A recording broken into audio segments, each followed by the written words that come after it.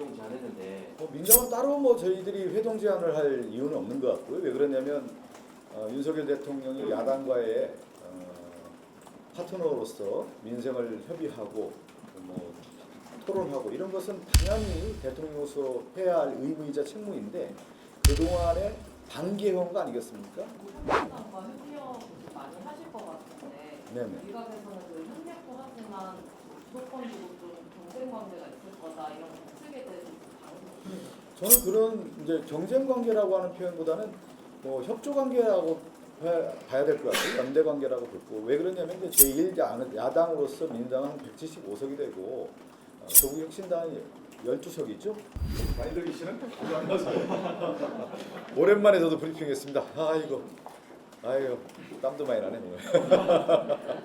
조국 대표가 오전에 윤 대통령한테 좀 공식적으로 회동 제안했는데 민정은 따로 뭐 저희들이 회동 제안을 할 이유는 없는 것 같고요. 왜 그러냐면 윤석열 대통령이 야당과의 파트너로서 민생을 협의하고 뭐 토론하고 이런 것은 당연히 대통령으로서 해야 할 의무이자 책무인데 그동안의 반개혁가 아니겠습니까? 그리고 우리 이재명 당대표는 윤석열 대통령에게 민생과 관련돼서 국가 현안과 관련돼서는 언제든지 열려있고 영수회담에 대한 용의가 있다고 말씀했기 때문에 뭐 특별히 지금 얘기할 건 없는 것 같습니다. 이미 우리는 그런 기조를 유지해오고 왔기 때문에.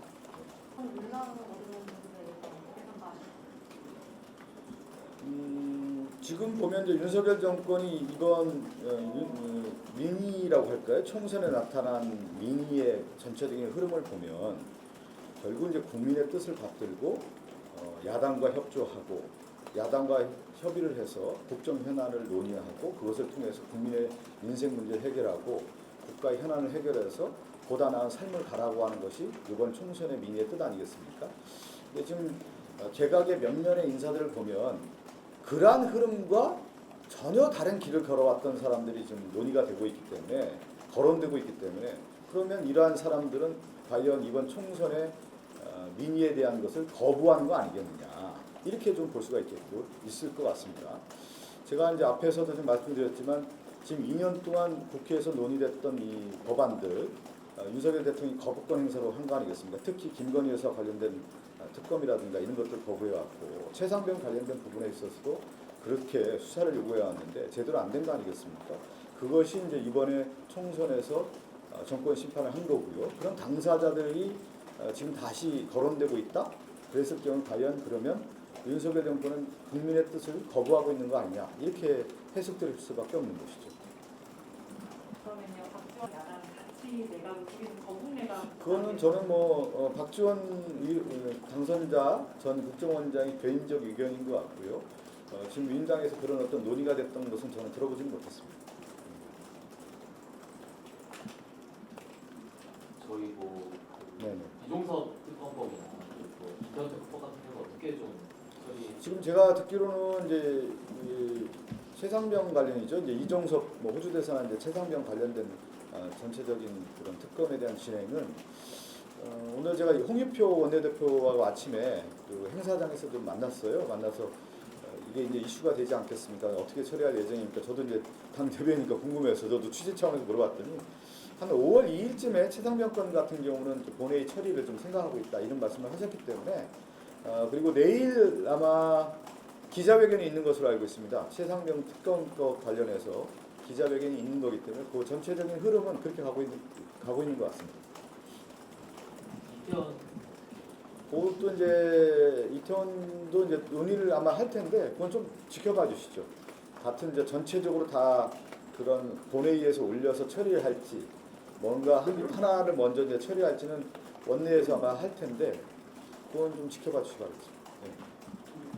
누구의 기자회견을 말씀하시는데? 내일 아마 저 기자회견 있는 거예요. 박주민 의원뿐만 아니라 뭐 최상병 특검법 관련된 그 기자회견 10시 반인가 있지 않아요? 내일 10시 반 있습니다. 그래서 많은 의원들이 참석하는 것으로 알고 있고요. 그러니까 최상병 특검법과 관련해서 내일 오전에 기자회견이 있고 그 관련된 내용들은 아마 브리핑을 자세히 할 거라고 알고 있습니다.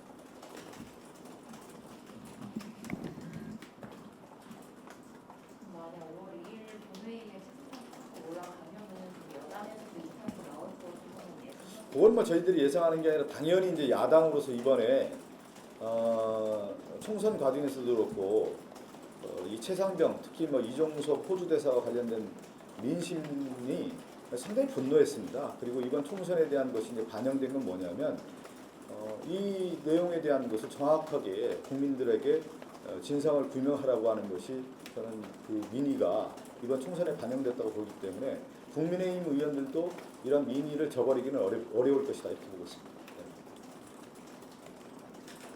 22대 국회에서 이렇게 원내 현안 있을 때 중국 혁신당과 협력을 많이 하실 것 같은데 네네. 일각에서는 그 협력도 하지만 주도권 주고 좀 경쟁 관계가 있을 거다 이런 관측에 대해서 방금 저는 그런 이제 경쟁 관계라고 하는 표현보다는 뭐 협조 관계라고 봐야 될 것 같아요. 연대 관계라고 볼고 왜 그러냐면 이제 제1야당으로서 민주당은 175석이 되고 조국 혁신당이 12석이 있죠. 그런 관계로 갈 때도 이제 협조 관계고 파트너로서의 어떤 관계지 어떤 경쟁 관계는 아니라고 보고요. 또 지금 윤석열 정권의 무도함에 대해서 국민 여론이 심판해라 그리고 견제하라 비판해라고 하는 목소리가 나왔고 그러한 것을 받들어서 민주당도 그렇고 조국 혁신당도 그 흐름에 같이 협조하는 관계이지 뭐 어떤 큰 부분에 있어서 어떤 경쟁 관계는 아닌 것 같습니다. 제가 볼 때. 우리 제1당 야당이 그 민주당이 이제 정책적 기조라고 할까 이것을 흐름을 잡고 가는 것이죠.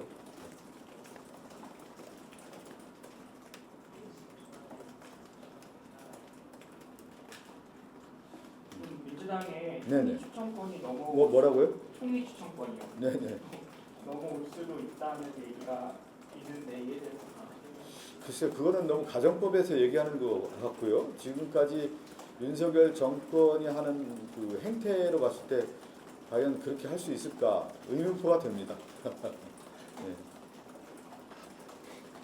이번에 특검법도 올리면 네네. 윤 대통령이 거부권도 행사하거나 그렇게 할 경우에 또 구체적인 계획이 구체적인 계획보다는 지금 저는 이제 총선 전후 비포 애프터가 다르다고 봐요. 국민의 민심을 정확하게 확인하지 않았습니까? 무엇을 해라고 하는 것이 특히 최상병 특검법과 관련해서 진상 규명하라고 하는 것이 국민의 명령이자 엄명인데 윤석열 대통령이나 윤석열 정권 이것을 거부한다. 그러면 제가 말씀드린 것처럼 국민의 뜻을 거부하는 거 아니겠습니까? 그러면 우리 민주당이 아니라 국민이 가만히 있을까 싶습니다.